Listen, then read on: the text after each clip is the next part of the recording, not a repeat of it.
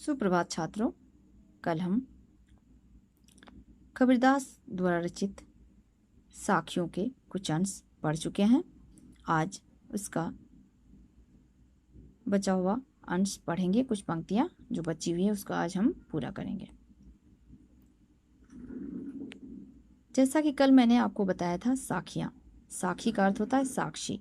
कबीरदास जी ने ईश्वर को साक्षी मान करके या फिर ईश्वर की एक रूपता को मन में रख के इन पंक्तियों को लिखा है। और कल हम पढ़ चुके थे प्रेम का महत्व, संत के लक्षण, ज्ञान की महिमा। और आज हम कुछ पढ़ेंगे बाहरी आडंबरों का विरोध इन पंक्तियों में।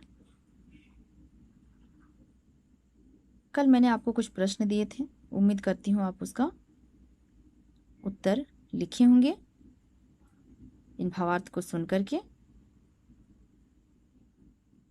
कुछ कठिन शब्दार्थ मैंने कल लिखा था, आज फिर मैं आपको लिख करके बताऊंगी, मौखिक भी बताऊंगी और लिख करके भी दूंगी। कविता के अंत में या पंक्तियों के अंत में आपको कुछ प्रश्न दूंगी, उन प्रश्न का आप उत्तर लिखेंगे। उत्तर लिखना अनिवार्य है। तो शुरू करते हैं कबीरदास की साखियां। कबीरदास जी ने कहा है आगे की पंक्ति में, काबा फिरी काशी भया राम ही भया रहीम, मोट चून मैदा भया बैठी कबीरा जीम। काबा मुसलमान का तीर्थ स्थल है। काबा अर्थात मक्का मदीना। हिंदुओं का तीर्थ स्थल है काशी, जो बनारस में है। हिंदुओं के आराध्य हैं राम और मुसलमानों के आराध्य हैं रहीम। कबीरदास जी ने हिंदू और मुसलमानों की एकता की ओर बल दिया है। इन्होंने कहा है कि किसी भी प्रकार का हमें धर्म के आधार पर भेदभाव नहीं करना चाहिए, जैसा यहाँ पर लोग करते हैं। कबीरदास जी ने कहा है, काबा या काशी या राम या रहीम में भेदभाव करना मानो मोटा आटा है। मोट चून अर्थात मोटा आटा, बैठी अर्थात बैठना, जिम अर्थात भोजन करना। तो कबीरदास जी ने कहा है मोट चून मैदा भया। इन्होंने कहा है हम दोनों अर्थात हिंदू और मुसलमान एक हैं। एक हैं अर्थात जब हिंदू और मुसलमान एक हो जाएंगे तो मोटा आटा भी बारीक बनकर मैदा बन जाएगा।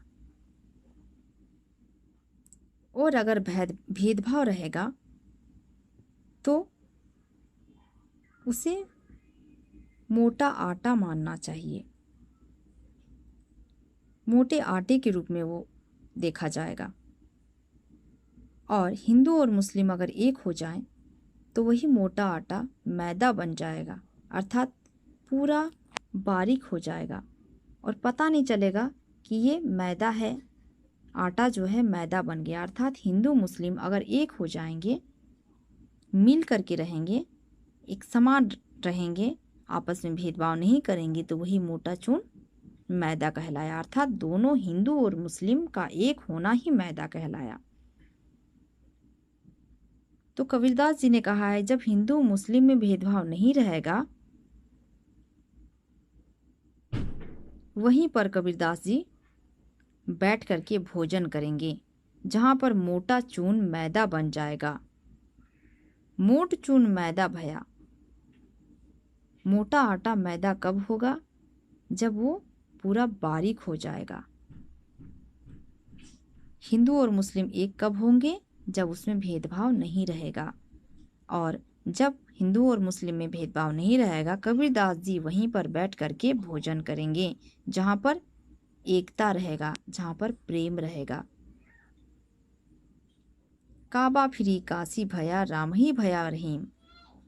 काबा और काशी एक है, राम और रहीम भी एक है, अर्थात एक ही ईश्वर है।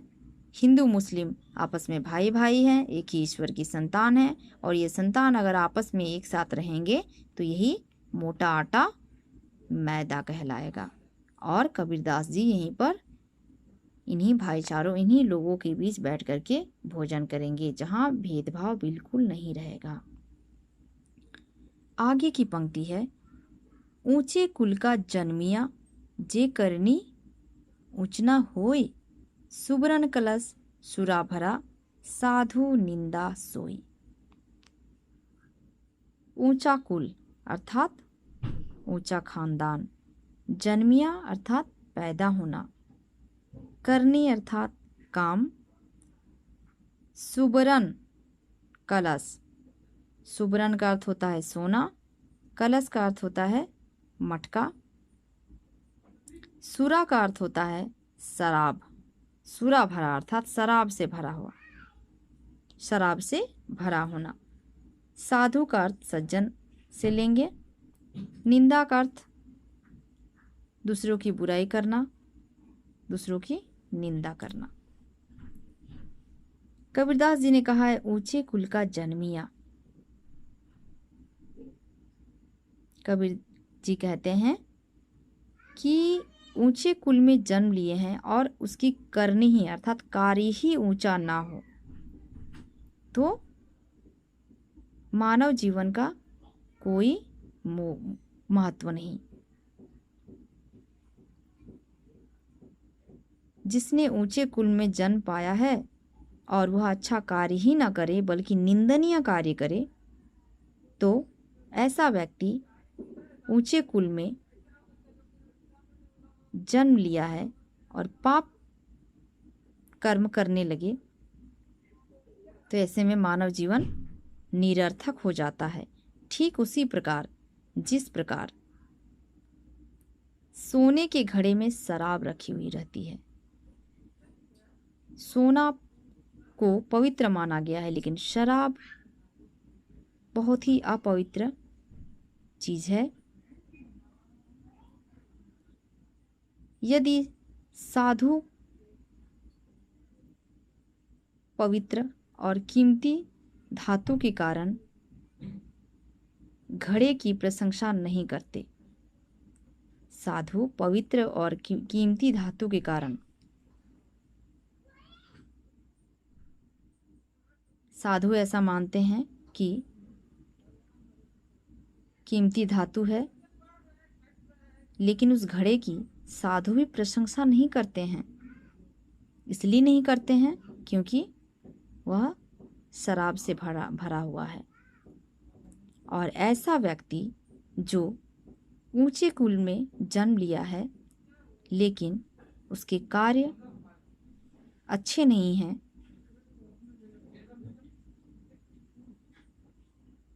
तो वह निंदा का भागी हो जाता है, उसको अच्छे रूप में नहीं देखा जाता है।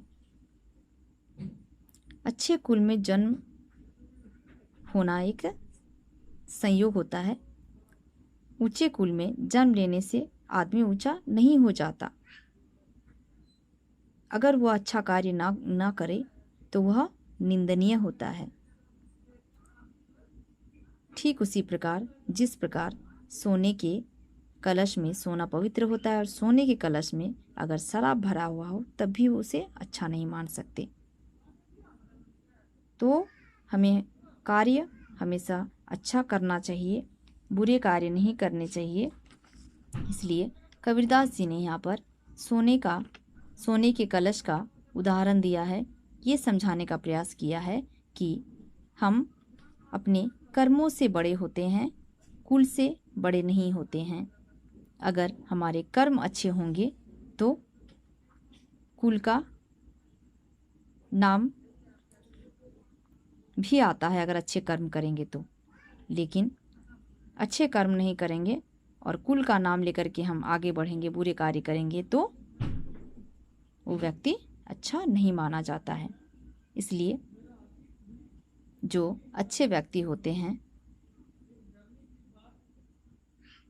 वे प्रशंसनीय होते हैं और जो बुरे व्यक्ति होते हैं उससे वे निंदनीय होते हैं और उससे दूर ही रहना चाहिए।